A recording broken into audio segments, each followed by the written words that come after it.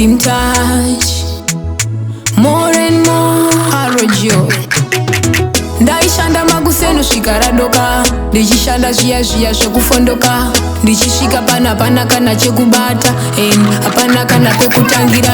Ndozviya zviya zvandaitaura kuti vanhu vanosiya uchichema, koma darireiko vandaitemba kundisiya ndichichema. Ndozviya zviya zvandaitaura kuti vanhu vanosiya uchichema, koma darireiko vandaitemba kundisiya ndichichema. Shanda ndakashanda ndiri Joni mari yese ndikatumira mukoma kumba, ndine shuwiro yekuti mhuri yangu igowana pekuwanda zuva, asi nhasi ini wacho ndiri kungochema.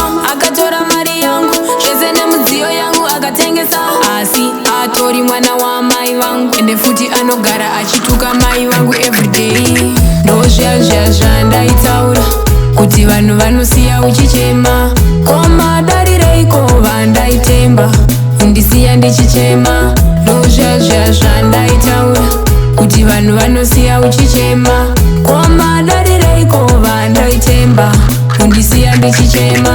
Iko zvino penyu wangu wandiomera, asi ndaitoti ndichagara upenyu huri beta, nekuti kana uri Joni vanhu vanofunga kuti mari inoita zvekunongwa. Ndaishanda maguseno zvikaradoka, ndichishanda zviya zviya zvekufondoka, ndichisvika pana kana chekubata and hapana kana pekutangira.